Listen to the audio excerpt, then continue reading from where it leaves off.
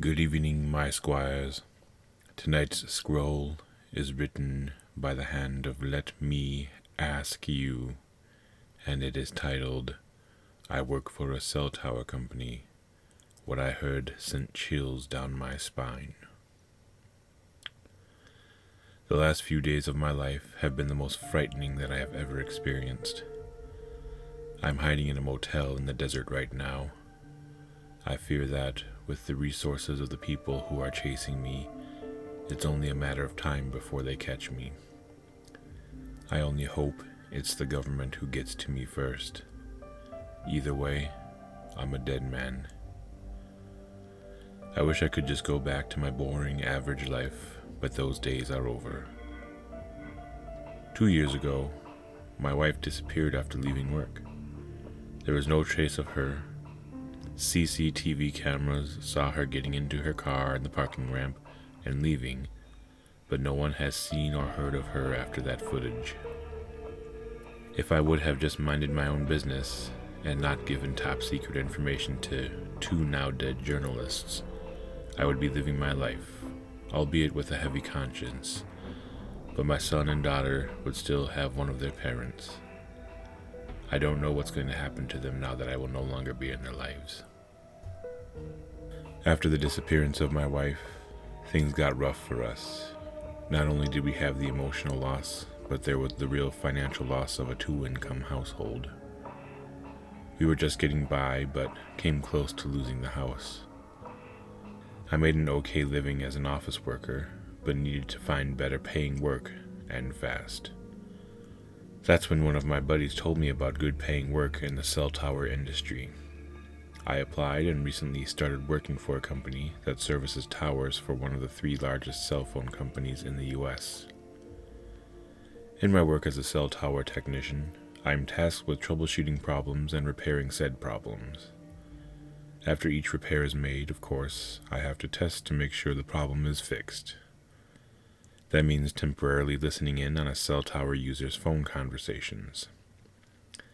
Generally, the conversations are mundane and include conversations of meeting up at different restaurants, ETAs, and how was your day.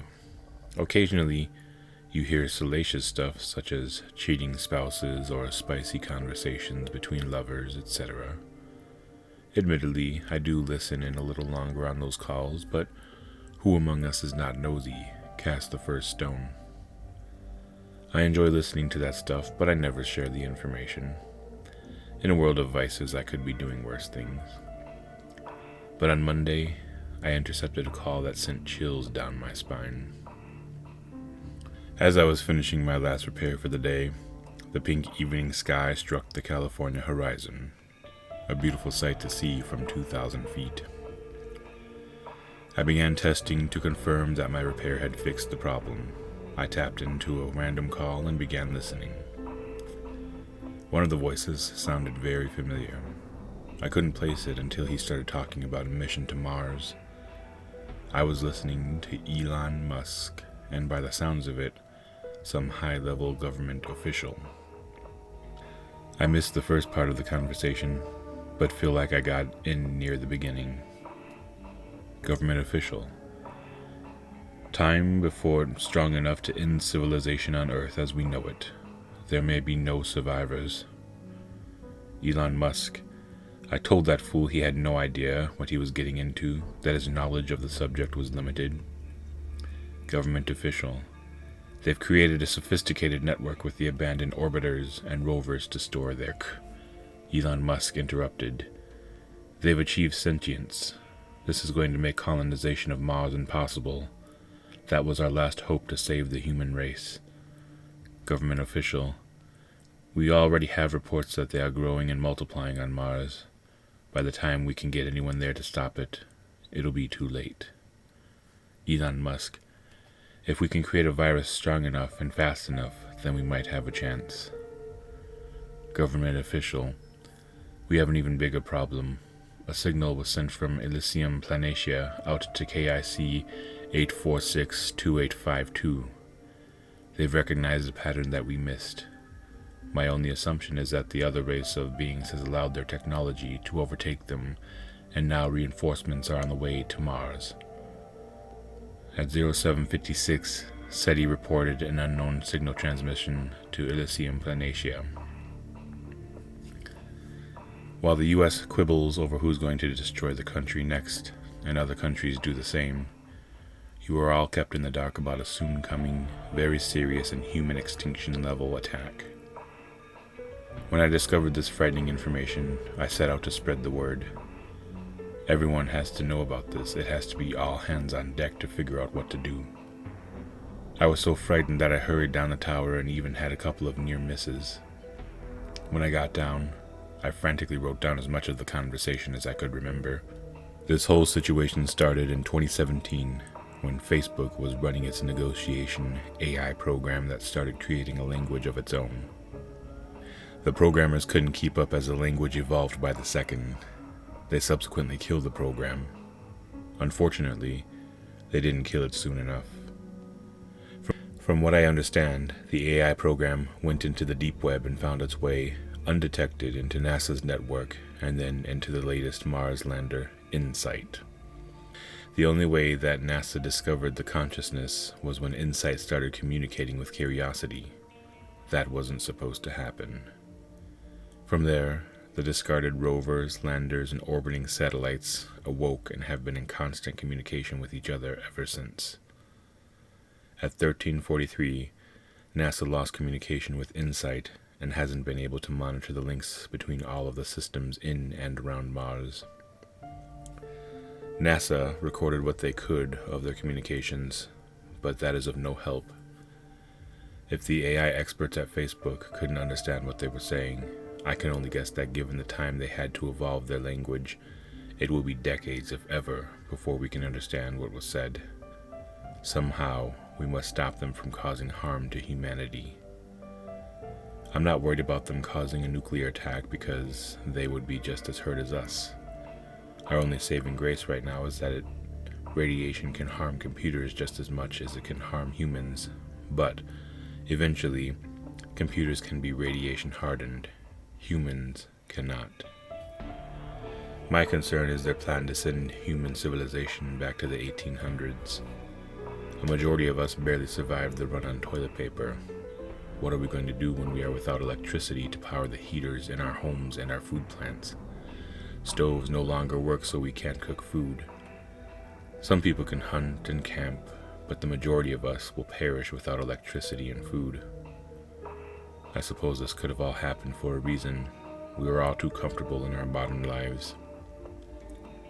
As soon as I got home, I typed 2 messages on Facebook as fast as I could, ignoring all the grammar errors and missed keystrokes. I sent it to 2 journalists, one at the largest paper in the US, and the other to a large underground news site in China. Of course they were interested in the story. This is world-ending information. I should have known better than to send messages via Facebook. I got a response within 5 minutes from both journalists when I sent the messages. The American gave me her phone number to talk. They each asked for more details, and I gave them as much as I wrote down and could remember. It was a wall of text for each journalist to read, but it was the whole story that I had. Then, something strange happened. First with the Chinese journalist, then with the American journalist. The icon showing that they had read the wall of text just moved back to the previous message. I know that I saw that they both read the message. Then, about 30 seconds later, my message disappeared altogether. I messaged again, first asking the American journalist if she had seen what I saw. As soon as I hit enter, the message showed up, then just disappeared. I tried to message the Chinese journalist the same thing. It too disappeared. As you can imagine, I was very freaked out. I still had the number to the American journalist, so I picked up my phone and dialed. The phone rang 6 times, then went to her voicemail. I didn't leave a message. I was getting freaked out about the whole situation. I stared at my monitor in disbelief of what happened. My mind was racing. Was someone tapping into our message? Who? Why? Why did they delete the messages? I was so deep in thought that I almost jumped out of my skin when my phone rang. It was the American journalist. I was relieved and wary at the same time. I had someone to talk to about the weird incident, but there was a fact of the weird incident and someone trying to stop my communication. I was scared that I might not be talking to the right person. Again, I asked if she had saw what I did on Facebook. She stated that she did. She saw the full message, then it just disappeared. She too had never seen anything like that and was nervous herself. She wanted to try to get the whole story down over the phone. I agreed to tell her everything again. After about 45 minutes of telling her what I know and her asking more questions, she stated that she heard a car door slam. Suddenly, there was a knock at her door. She told me that she looked out the window and it was an Amazon delivery woman. She asked me to hang on, that she had been waiting for this package for a long time. I heard the door open, and then what sounded like a branch smacking against the door frame, and then a thud. My heart was racing. What happened? What was I hearing? Next, I heard, "Sorry about that. Now where were we?" Something was off. She didn't sound the same. I tried to make small talk to figure out if I was going mad or if this person that I was talking to on the other side was another woman. She was catching on to my game. I apologized and said that I need to contact the other journalist to go over my story with him. She said, "You needn't bother. I think you'll find that he had a pressing issue and was dying to get the scoop. Make this easy on yourself and stay where you are." I felt chills all over my body. My heart was beating out of my chest. My eyes felt like they were open, the biggest that they had ever been in my entire life. I ran up to Jack and Jill's. Yes, I know, we weren't thinking when we named the second child. Rooms and grabbed them out of their beds. They were scared and wondering what was going on. I apologized for waking them and told them that I had another repair in another state that will take me a couple of weeks to complete. I hurried them into my truck. As soon as I pulled out of my driveway, I saw the headlights of a Sprinter van turn around the corner onto my street. I tried to casually drive off, hoping they would think that I was just part of normal traffic, but they knew. Whoever was driving that van knew and sped up to catch me. I knew that I had to lose them somehow. I hoped that it could be on the freeway. I was driving as fast as I safely could to get to the freeway. I wanted to call the police, but I didn't trust my phone. I turned it off and took out the battery. My kids had somehow drifted back to sleep. I knew that I couldn't keep them. They would surely be killed with me. I had to bring them to my friend's house, but now I have to figure out how to do that without alerting this killer behind me. I finally reached the freeway, but went the opposite direction to my friend's house. The Sprinter van was still behind me, but those things have their limits on speed. I gunned it to merge onto the freeway. Thankfully, there was still some light traffic. I kept a close eye on my rearview mirror to see where the Sprinter van was. I got far enough ahead to where I didn't see the headlights anymore. I turned off my headlights, took my foot off the gas, and coasted up the next exit ramp. I went straight to the top of the entrance ramp and stopped. I wanted to be prepared in case they saw that I had pulled off the freeway, but they didn't. I soon saw a Sprinter van continue down the freeway. I backed out of the entrance to the freeway and took a few side streets until I felt comfortable enough to get back onto the freeway in the correct direction. By the time I got to my friend's house, it was 12:42 a.m. I rang the doorbell. The downstairs lights came on, then the front lights came on.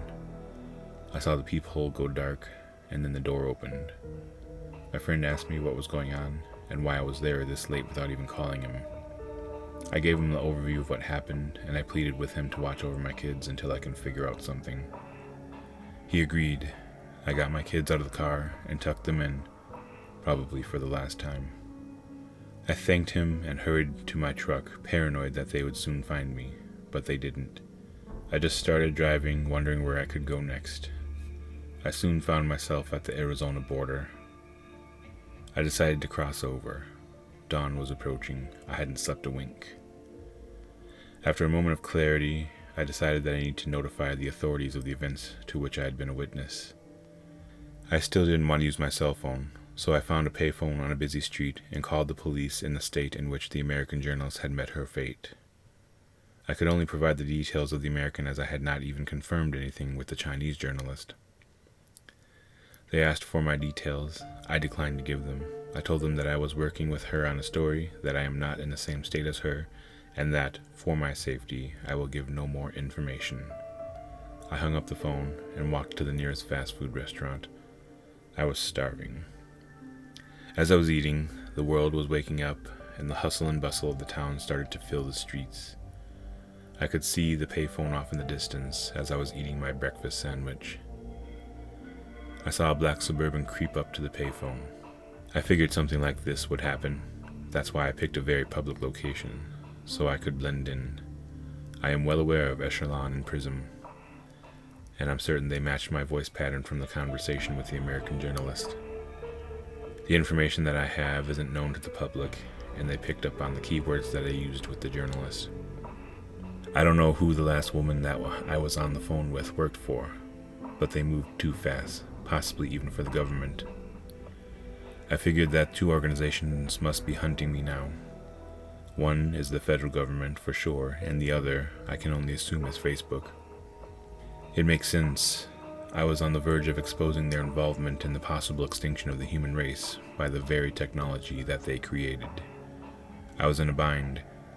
I was running low on cash, and use of my bank card would give up my location immediately to the government. I figured the best option would be to remove all of my money in my account from an ATM. I found an ATM that doesn't suck in your whole card. I tried to remove all of my money, but ran into the problem of the $500 daily limit. I would be fine for a couple of days, but I would have to eventually contact my bank to have the limit lifted. I kept heading eastward, still with no plan on what to do next. That's how I ended up here in a seedy motel in the New Mexico desert. Now that I've had a moment to collect my thoughts, I have written down everything that I can about this technological apocalypse. To me, there are 3 enemies now: the government, Facebook, I assume, and technology. I am exhausted, my mind is hazy, and I feel like I've gone crazy. Did I even experience what I thought I did over the last few days? Why am I even at this motel telling strangers on the internet something like this? What can you do for me? I must be half mad if not fully. To top off these mad series of events, my computer must be on the fritz. It seems to be flashing different dull, warm, subtle tones of light from the display. These last few days have been hectic to say the least. The light is actually comforting and warming. I can't keep my eyes open any longer. Good night.